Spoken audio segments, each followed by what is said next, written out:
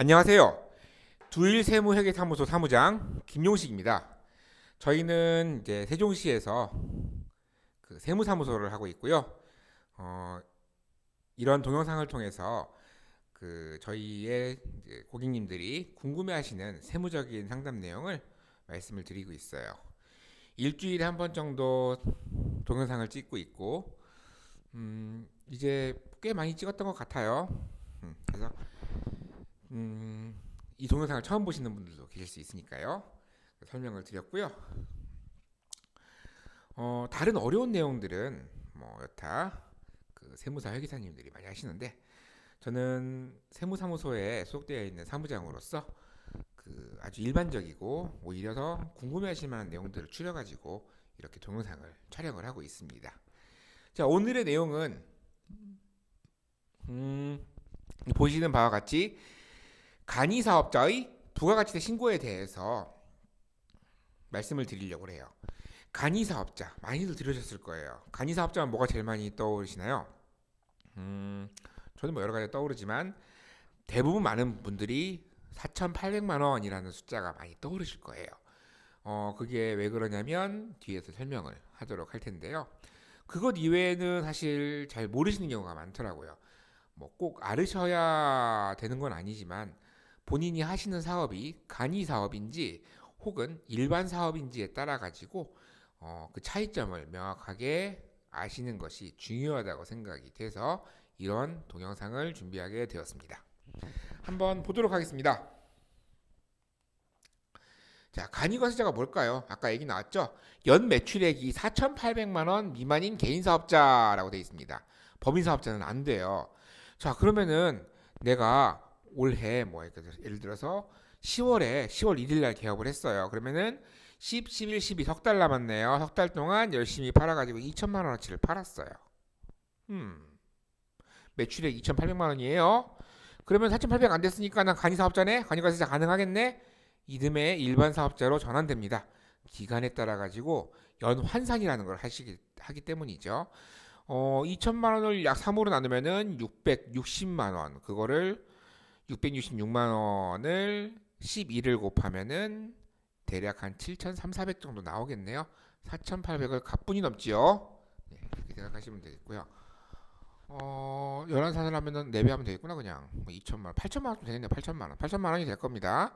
그래가지고 안 되고요. 4,800만 원이라는 것은 연환산을 하더라라는 거 말하고 계십시오. 그리고 소규모 개인 사업자이기에 세금의 계산 구조와 신고 및 납부 기간이 별도로 지정되어 있습니다. 자, 그럼 간이과세자라는 제도를 대한민국이 시행하는 이유가 뭘까요?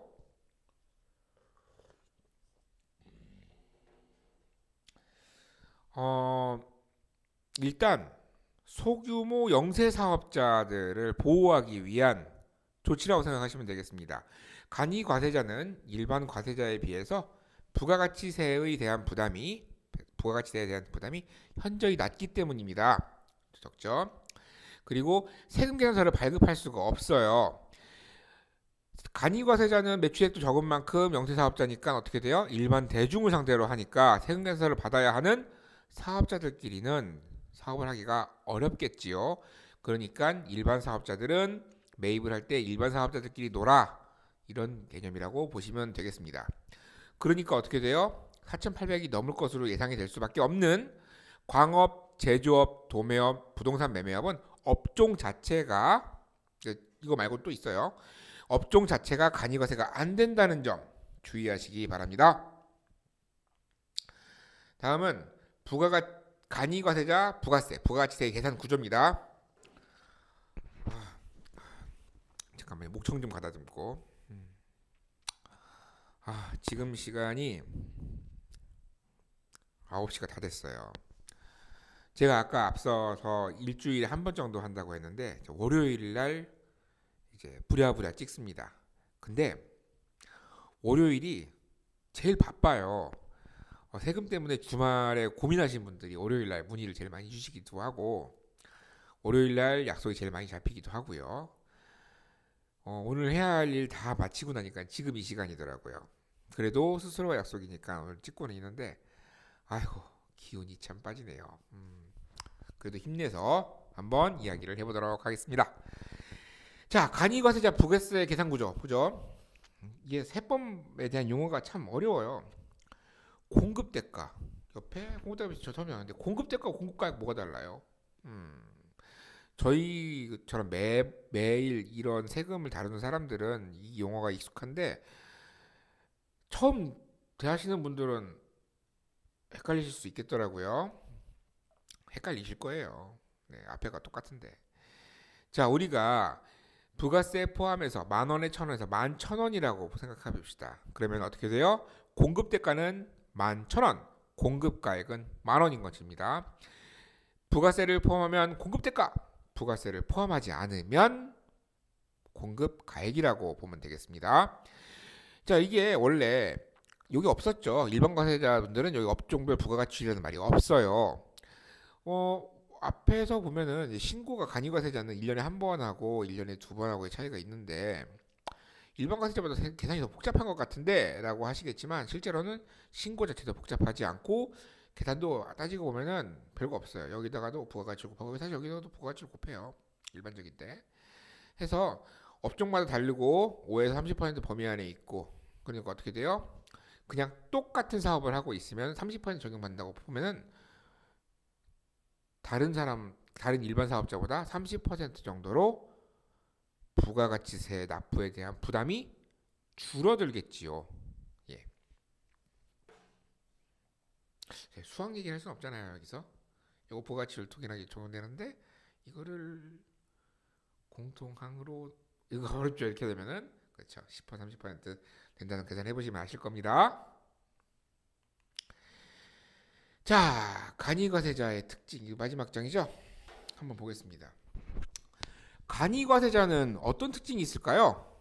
자, 일반 과세자에 비해서 일반 과세자는 우리가 흔히 말하는 1년을 전반기와 하반기로 나눈다고 봅시다.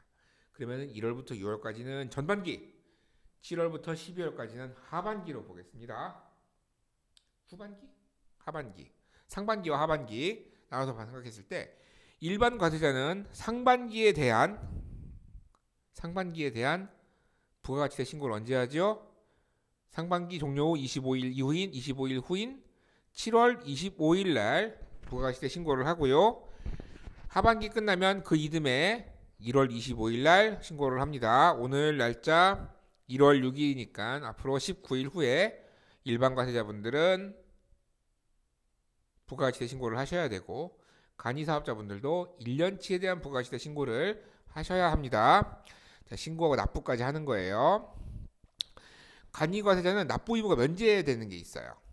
어떻게 돼요? 공급대가가. 아까 공급대가가 뭐였어요? 공급가액의 부가세 합친 금액입니다. 3,000만 원 안 될 경우 납부 의무가 없어요. 근데 납부 의무 없어도 신고는 반드시 하셔야 합니다. 네, 잊으시면 안 돼요. 자, 간이과세자는 환급이 없어요. 매입세액이 매출세액보다 많아도 환급이 없어요. 자, 이건 일반 과세자에 대한 세액 계산 구조를 아셔야 되는데 또 일반적인 예를 들어볼게요. 자, 음식점을 열 거예요. 아까 전처럼 10월 달에 연다고 10월 1일 날 오픈한다고 생각해 보시죠. 자, 땡땡 식당 10월 1일 그랜드 오픈 했어요.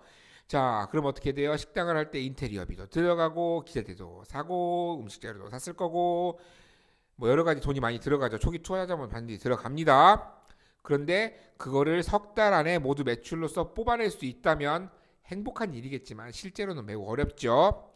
그렇게 되면 일반 과세자는 어떻게 돼요? 들어간 돈에 대한 부가가치세에 대해서 환급을 해줍니다. 근데 간이과세자는 매입세액이 매출세액보다 많아도 환급은 없고 영원 처리됩니다.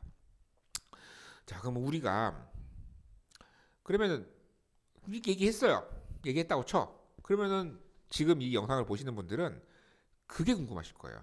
좋아, 다 좋다 이거야. 그러면 나는 간이과세 해야 돼, 일반 과세 해야 돼? 그거는 세무대리인들과 꼭 상의하십시오. 저희가 이런 이야기를 해요. 저희한테 문의를 주시는 분들 중에 그 전화해가지고 본인이 궁금한 거 막 물어보세요. 근데 세무라는 게 이럴 수도 있고 저럴 수도 있고라는 생각이 있습니다. 왜냐하면 일단 미래에 대한 불확실성, 앞으로 상황이 어떻게 변할지 모르기 때문에 하는 것도 있고, 또 하나는 관계 법령이 변하는 경우도 있고요.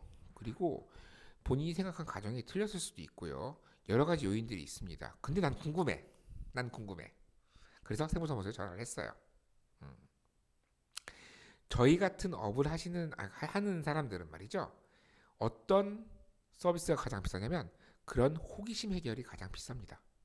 호기심 해결이 가장 비싸요. 궁금하실 거예요. 그렇다더라도 수수료도 대부분 네, 여기까지만 하겠습니다. 예. 그래서 궁금하신 거 있으시면 전화를 주시는 건 좋지만 되도록이면은 가정을 너무 많이 하시면 어려워요. 어려워요. 저희도 답변을 드리기가 매우 어렵습니다.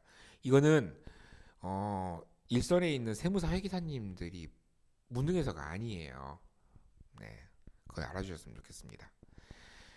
자, 그래서 여기까지 살펴보았습니다. 아까 말씀드린 것처럼 본인께서 하시는 사업에 대한 특징들에 대해서 내가 간이로 시작하는 게 좋을지 아니면 일반으로 시작하는 게 좋을지는 꼭 주변에 있는 세무사무소와 상의를 하시기 바랍니다. 가까우시면 저희한테 오세요. 네. 그러면 오늘 간이 과세자의 특징에 대해서 그리고 신고 방법 그리고 그 신고 기간 등에 대해서 한번 살펴보았어요. 다음 주에 또 영상을 찍겠네요. 전 이제 이거 빨리 업로드하고 집에 가서 이제 자야 될 것 같아요. 예. 자, 여기까지 보시느라고 수고 많으셨고요. 다음 주에는 좀 더 재미있는 내용으로 찾아뵙도록 하겠습니다. 감사합니다.